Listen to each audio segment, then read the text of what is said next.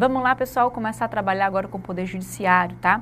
Para a gente poder estudar o Poder Judiciário, a gente tem que dividir em dois momentos. Nós vamos trabalhar primeiro com as disposições gerais, falando do Judiciário como um todo, a sua composição e aqueles princípios gerais que vão envolver qualquer tipo de atuação no Poder Judiciário, seja estadual, federal, eleitoral, trabalhista, enfim, tá? Que está lá no artigo 93 e até o meu artigo 97, tá certo? Daí para frente a gente vai conversar sobre os próprios tribunais. Nós vamos abordar aí o STF, o STJ, a Justiça Federal, a Justiça Trabalhista, Justiça Estadual, Justiça Eleitoral e a nossa Justiça Militar, tá bom?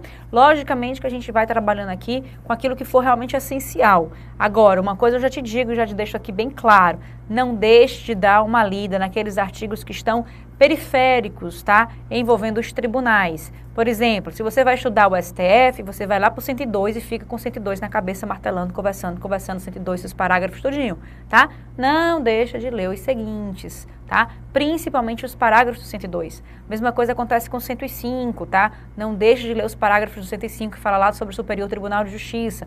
Tudo aquilo ali é necessário que você entenda, veja direitinho, porque as bancas, principalmente as que vão falar sobre, as que vão elaborar provas de tribunais, vem muito mais cobrando esses artigos periféricos que você deixa de ler do que realmente aquela matéria que você pensa em Poder Judiciário e já fala, eu tenho que saber disso, tenho que saber daquilo e tal, tá bom? Então não deixe de ler esses artigos periféricos, muito embora a gente vá dar atenção aqui ao que realmente importa do Poder Judiciário, que tem maior índice, né, de cobrança e não, né, essas pegadinhas. Eu vou apenas te dizer que você precisa ler aquilo outro, tá? Vou lá ler apontando, mas já te dando aí de antemão esse detalhe. Artigo 92, pessoal, da Constituição Federal, olha só, são órgãos do Poder Judiciário. Percebam que tudo que está aqui no 92 a Constituição considera como órgãos do Poder Judiciário.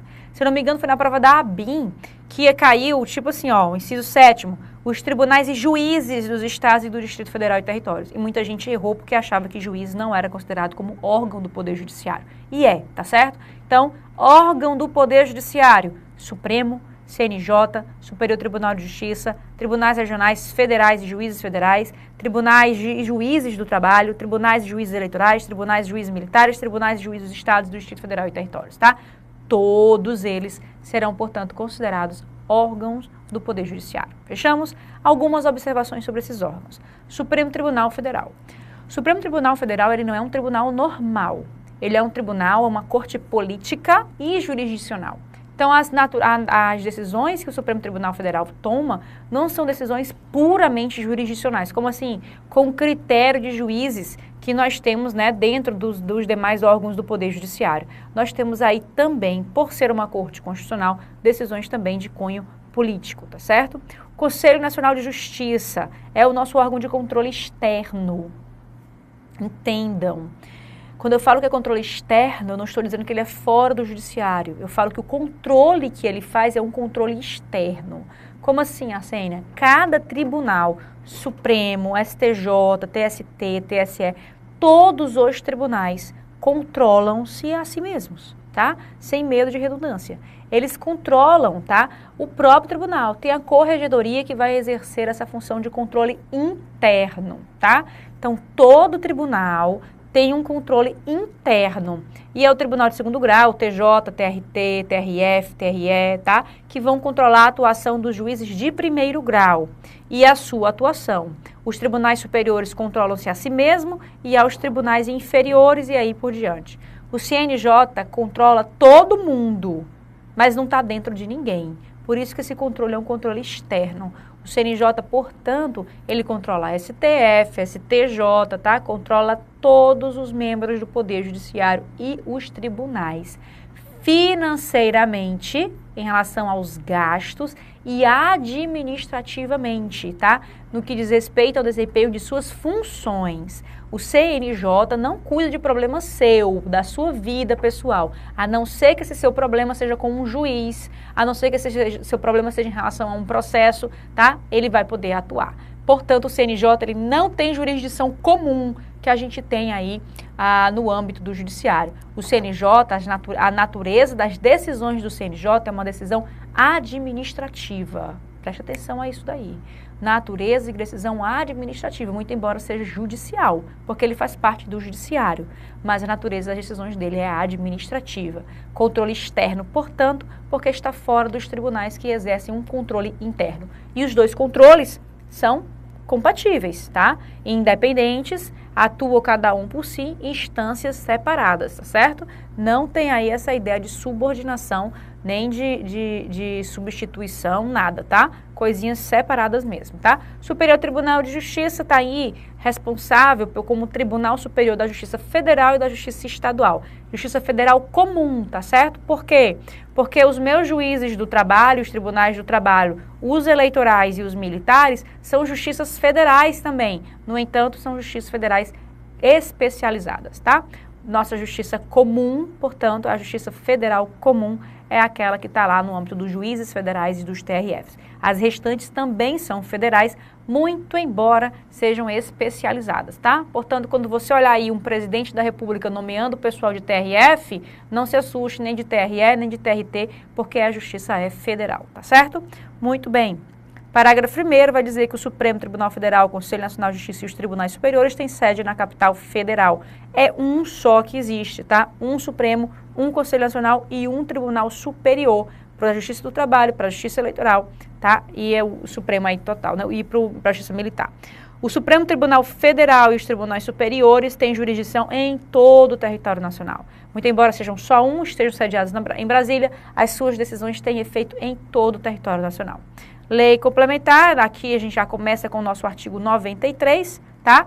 Que é importantíssimo para a tua matéria, tá? Para qualquer edital, você precisa ter noção do 93, mas antes da gente entrar no 93, eu quero te pedir licença para a gente conversar sobre esse poder judiciário. Dá uma olhada aí no nosso esquema, tá? Um organogramazinho aqui que eu fiz para vocês, mas é um organograma que vai envolver o poder judiciário, tá? Como um todo, STF aqui em cima, tribunais superiores aqui, os tribunais de segundo grau, tá? E aqui os nossos membros de primeiro grau. Pessoal, não existe terceiro grau de jurisdição, então, tá? Nós temos, portanto, primeiro grau, segundo grau, grau superior de jurisdição, tá? E o Supremo Tribunal Federal, que não deixa de ser um grau superior também, tá? Então, dentro desse nosso organograma que a gente está conversando aqui, nós vamos ter algumas observações também envolvendo aí cada um dos tribunais, principalmente no que refere à composição. Para quem vai fazer prova de nível médio, para quem vai fazer prova assim, de um nível, né, um pouco mais rasteiro, é importante que você saiba aí o número de membros, a idade, toda aquela parte lá, né, importante. E até mesmo para você que vai fazer essa prova mais, né, um pouquinho mais elevado, vai que eles misturam esses dois assuntos, né, é bom a gente se resguardar sempre. O STF, pessoal, ele tem 11 ministros. A Sênia, como é que eu decoro? Somos todos futebol. Quantos membros tem no time de futebol? 11. Então, são 11 ministros. Lembrando que é um número fixo, tá? E todos os ministros precisam ser brasileiros nato. Não precisa de concurso público. Basta que você tenha aí idoneidade moral. E a chamada reputação ilibada, né? E a nossa querida reputação ilibada. Então, 11 ministros da unidade moral, reputação ilibada. Esse ministro do STF precisa também ser maior de 35 anos e menor de 65 anos, tá certo? Ele vai ser escolhido pelo presidente da República, como a gente já viu, né? E sabatinado, aprovado pelo Senado Federal. Depois da aprovação do Senado Federal, o presidente da República poderá nomeá-lo para o cargo que é vitalício a partir da posse. Tomou posse, já se tornou vitalício. A gente vai entender o que significa essa vitalicidade, tá? Envolvendo os ministros do STF. Portanto, 11 ministros no STF, tá certo? Brasileiros, nada. Para alterar esse número de ministros no STF é necessário uma emenda constitucional, tá certo, pessoal? Porque é a Constituição que fixa como um número fixo 11 ministros, ok? STJ, somos todos de Jesus, idade de Cristo, 33 anos, né? Opa, 33 anos não, né? 33 ministros. É o que nós temos aqui. Lembrando, tá? 33 ministros, mas isso daqui é um número mínimo. A Constituição não fixa 33 ministros no STJ, ela diz no mínimo 33 ministros, o que significa dizer que para aumentar o número de ministros no STJ é necessário lei.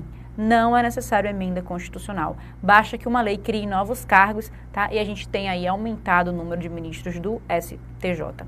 TST, nós temos um número fixo de 27 ministros, tá? 30 sem 3, 30 de 3, S, né? 30 sem 3 dá 27. E no TSE, nós também vamos ter um número fixo de 7 membros. Aí você pega esse Tzinho, ó, joga para cá que vira 7. 7 membros. E o STM, tá? Somos todos mocinhas. Nós temos aí um número de 15 anos, que é quando nós ficamos mocinhas, né, meninas? 15 anos, portanto, que vai ser... 15 anos não, né? 15 ministros, portanto, que vão ser aí escolhidos dentre membros da Marinha, do Exército da Aeronáutica e cidadãos brasileiros também compondo aqui o STM, tá bom?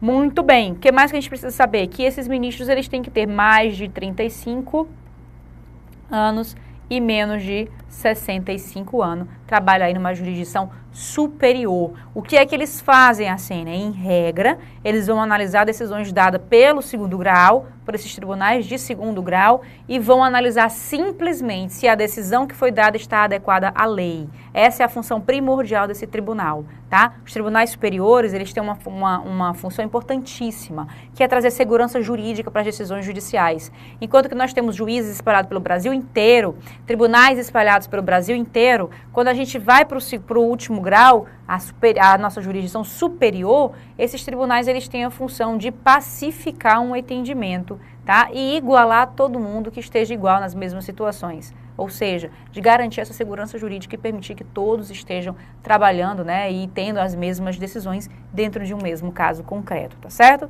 Então essa é a grande função, muito embora possa sim ter processos começando no STJ, no TST, no TSE e no STM, tá? A gente vai trabalhar com isso mais na frente, quando a gente vai conversando sobre competências dele. Segundo grau, nós temos aí um mínimo, tá, de 7 membros, mínimo de 7 membros, que como eu falei para vocês, toda vez que é mínimo, lei pode alterar, não tem problema nenhum. O único que é número fixo e que precisa de uma emenda constitucional para alterar, tá, é nenhum. Porque o TRE também é número mínimo de 7 membros, tá certo? Nós não temos aí número fixo, é o TSE com 7. TRE e TSE, a gente vai falar sobre eles, é uma jurisdição bem especializada, nós conversaremos sobre a composição desse membro, tá? Desse tribunal. Em relação ao STM, a gente vai falar por último, tá? Aí eu vou conversar com vocês, essa era a ausência de segundo grau, nós temos apenas um auditor e uma junta que dá uma decisão e pode ir para o STM, nós vamos ver quais matérias entram aqui nessa Justiça Militar Federal, tá? Justiça Trabalhista, nós temos aí um juiz trabalhista que fez um concurso, que pode ser promovido para o TRT, chegando até o TST, vamos falar também nessa Justiça Trabalhista bem direitinho. E de antemão já te antecipo, tá? Justiça Trabalhista, ela não julga crime. É a única justiça que nós estamos vendo aqui. Militar tem crime, TSE tem crime, federal tem crime, estadual tem crime, mas a trabalhista não julga crime. Ela é uma justiça que não tem competência criminal, tá certo? Justiça Federal comum, né, que é aquela que não é especializada, compartilha o mesmo Tribunal Superior com o TJ existente em cada estado. E aí a gente tem cada estado, mais o Distrito Federal, existe um TJ. Nós temos, portanto, 27 tribunais de justiça. Nós temos 5 tribunais regionais federais que se organizam em regiões, tá? TRT e TRE não tem do TRT não tem essa obrigatoriedade de existir um em cada estado. Na verdade, é por demanda. Tem estado como São Paulo que tem 2 TRTs. Tem estados que compartilham o mesmo TRT, como acontece com o Pará e o Amapá, tá? E aí fica nessa brincadeira aí de não ter o mesmo número de tribunais com o mesmo número de estados, tá? Hoje, se eu não me engano, a gente tem 24 TRTs e deveríamos ter 27 no caso. TREs não, mesma regra do TJ, cada estado tem um TRE também, tá certo? Então ficam aí essas regrinhas mais específicas envolvendo, né, esse organograma da nossa justiça, né, total. Bom, o que mais que a gente tem que conversar? Sobre as regras gerais, disposições gerais envolvendo isso daqui.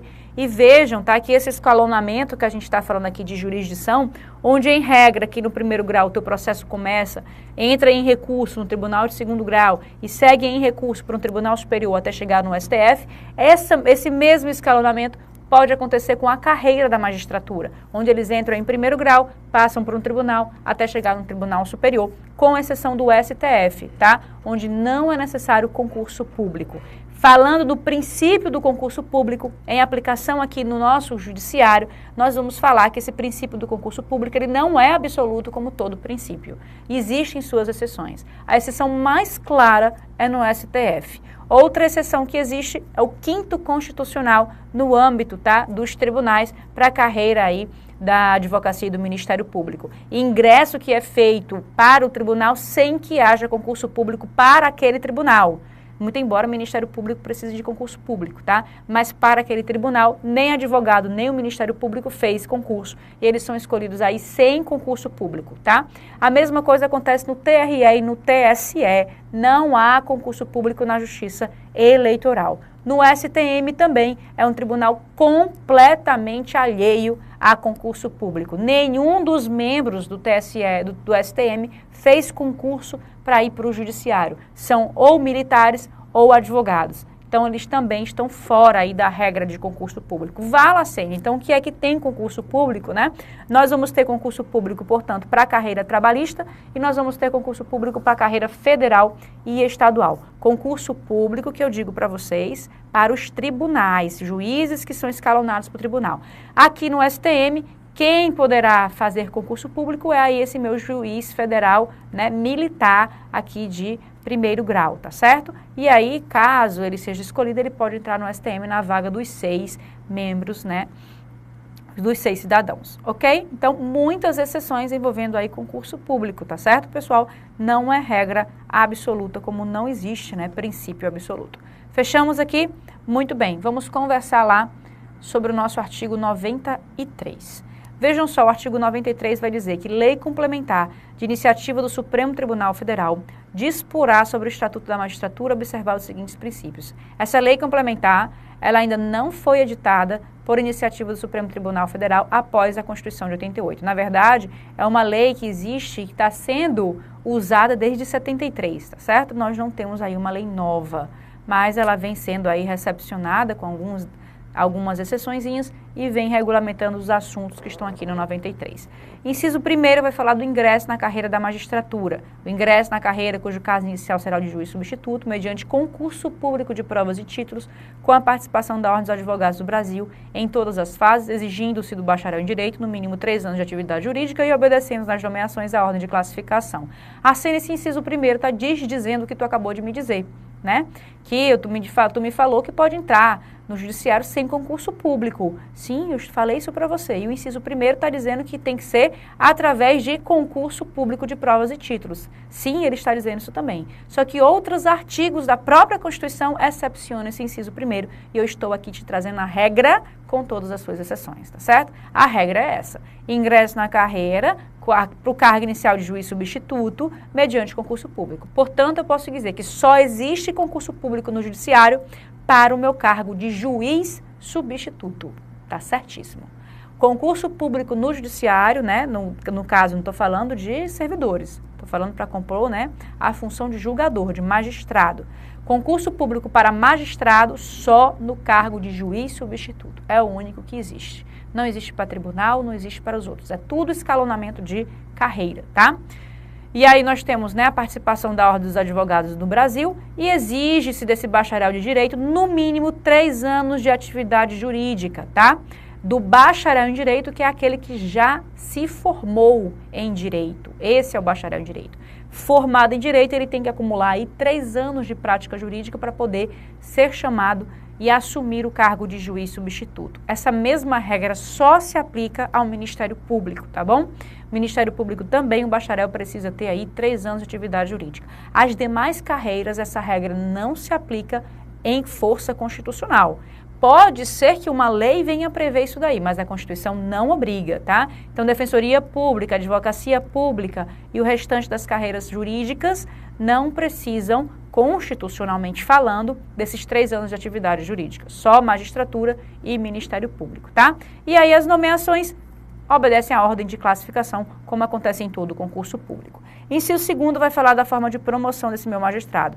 Promoção de entrância para entrância. O que é entrância? É a limitação territorial do mandato, da jurisdição, da força de decisão daquele juiz. O juiz, ele é juiz de São Paulo, tá? Capital de São Paulo, as decisões dele vão incidir na capital de São Paulo para os casos que devem ser julgados na capital de São Paulo. Muito embora tenha força aí nacional, possa ser oposta a qualquer outro, mas ele julga os casos que devem ser julgados na capital de São Paulo. A entrância, a comarca de São Paulo, portanto, tá? Ela tem aí alguma entrância. O que é a entrância, portanto? É um nível que as comarcas judiciais vão receber. Nós temos a entrância, primeira entrância, segunda entrância, terceira entrância, quarta entrância, entrância especial.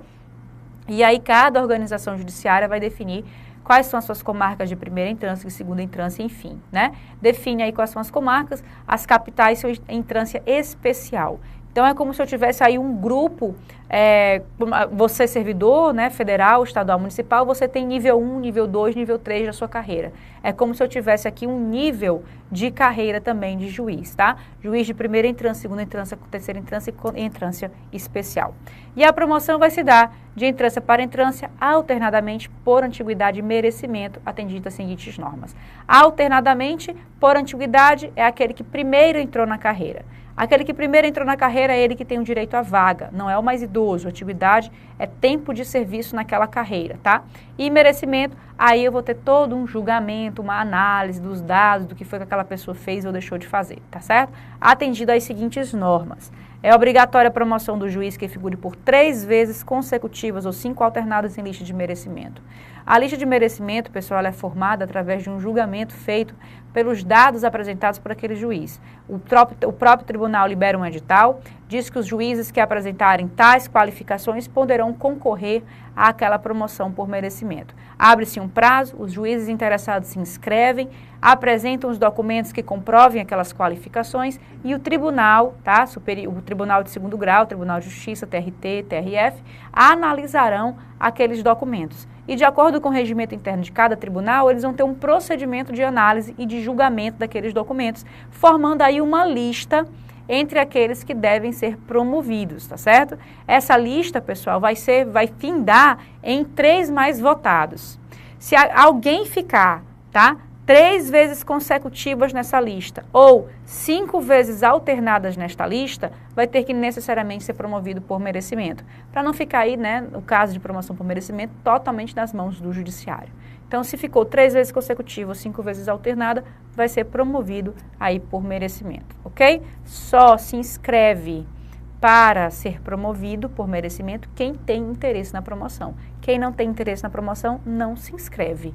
Por quê? Porque a promoção ela não é obrigatória para o juiz. O juiz, nós vamos ver já, ele é inamovível. Ele só sai daquela comarca onde ele está exercendo suas funções se ele entender que deve sair, com uma única exceçãozinha que a gente vai ver mais na frente. Então, nem por promoção, para, né, melhorar a vida dele, ele é obrigado a assumir e sair da comarca onde ele está, tá certo? Por antiguidade, se ele for o mais antigo, é questionado. Excelência, se você quer, tem interesse, se ele disser não, passa para o próximo, para o próximo, para o próximo e por aí vai. E por merecimento, ele se inscreveu no edital.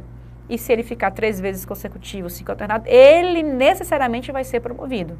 Ah, Ceni, então está violando essa inamovibilidade dele. Não, não está. Porque uma vez ele já demonstrou interesse em sair de onde ele está e concorrer a uma nova posição, certo? Então, essa obrigatoriedade aqui de promoção por merecimento não fere a inamovibilidade do meu juiz, tá? A linha B, a promoção por merecimento pressupõe 2 anos de exercício na respectiva entrância e integrar o juiz à primeira quinta parte da lista de antiguidade desta, salvo se não houver com tais requisitos quem aceite seu lugar vago, tá? Então, ele tem que já estar 2 anos ali, ele tem que estar na primeira quinta parte, divide por 5, se ele estiver na primeira quinta parte, ele pode ser promovido, a não ser que não tenha ninguém, né, com esse mesmo requisito. A aferição do merecimento conforme o desempenho em critérios objetivos de produtividade e presteza no exercício da jurisdição e pela frequência e aproveitamento em cursos oficiais ou reconhecidos, né, de aperfeiçoamento. Então, esses critérios aqui têm que estar naquele editalzinho onde eu digo, se você apresentar isso, você pode concorrer a essa promoção. Tem que ter alguma pontuação envolvendo aqui essas condições que a Constituição traz. Na apuração de antiguidade, o tribunal somente poderá recusar o juiz mais antigo, tá? Pelo voto fundamentado de 2/3 de seus membros, conforme procedimento próprio e assegurada ampla defesa, repetindo-se a votação até fixar-se a indicação. Ou seja, uma vez você sendo o mais antigo dos juízes e aceitando aquela promoção, não é necessariamente obrigatória a sua promoção, tá? Naquele cargo. Você pode ser sim rejeitado se for, né, somado aí o voto de 2/3 do membro daquele tribunal, tá? E o voto, obviamente, tem que ser fundamentado. Não será promovido também o juiz que injustificadamente retiver autos em seu poder além do prazo legal, não podendo devolvê-los ao cartório sem um devido despacho ou decisão. Então, os autos estão conclusos ao juiz e ele não devolveu ainda, né? Ainda está lá sem nenhuma decisão, sem nenhum despacho. E aí começou o edital para promoção por merecimento. Aí ele vai e devolve tudinho por cartório sem nada. Não, não pode. Ele tem que ter decidido alguma coisa, tá? Inciso 3º. O acesso aos tribunais de segundo grau far-se-á por antiguidade e merecimento, alternadamente, apurados na última ou única entrância. Ou seja, para ir para o Tribunal de Justiça, para o TRF, para o TRT, ele tem que estar no último grau, no último nível de sua carreira em primeiro grau. Ele tem que estar na última entrância, na entrância especial, de como a lei de organização judiciária venha a dizer, venha a chamá-la. Mas ele tem que estar no último nível de carreira, tá? Ele tem que estar aí na última ou única entrância, tá certo? Lembrando que o acesso, todos os acessos ao Tribunal de Segundo Grau, far-se-á por antiguidade e merecimento? Não, tá certo?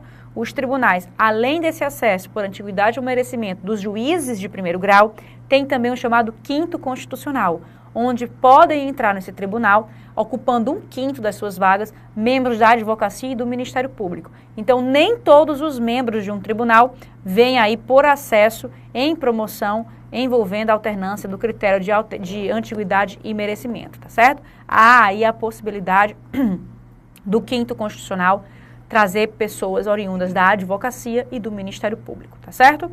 E inciso 4º, previsão de cursos oficiais de preparação, aperfeiçoamento e promoção de magistrado, consistindo a etapa obrigatória do processo de vitaliciamento, a participação em curso oficial ou reconhecido por Escola Nacional de Formação e aperfeiçoamento de magistrados, tá? Tem que ter aí, fazer esses cursos, né, que vai aperfeiçoando a carreira de alguma forma, tá bom? Pessoal, essa parte aqui inicial, envolvendo aqui o artigo 93, ela, vamos colocar assim, ela é a parte menos importante, tá? A parte mais importante vem agora, ó. Envolvendo aqui o inciso 5, tá? Anotem aí, inciso 5. O inciso 8º, tá certo? O inciso 9º. 10, inciso 11, inciso 12, inciso 14. Esses são os principais e é o que nós iremos conversar com vocês na nossa próxima aula, envolvendo aqui o Poder Judiciário. Cada um deles, pessoal, tem uma regrinha específica, tem uma observação específica para a gente poder delimitar e explicar ele bem direitinho para ti. Mas nada mais importante do que a leitura desses incisos, tá? E a resolução de questões envolvendo eles, tá certo? Então, até já com mais Poder Judiciário para vocês. Até mais.